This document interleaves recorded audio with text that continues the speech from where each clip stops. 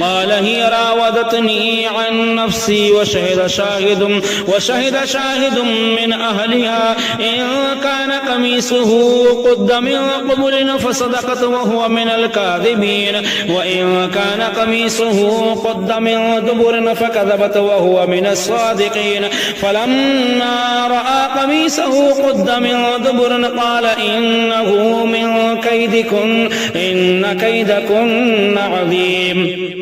يوسف أعرض عن هذا واستغفري لذنبك إنك كنت من الخاطئين وقال نسوة في المدينة امرأة العزيز تراود فتاها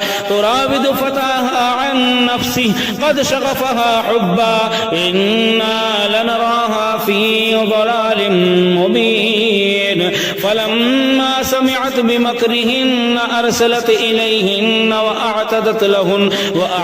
لهن متكأ وآتت كل واحدة منهن سكينا وقالت اخرج عليهن فلما رأينه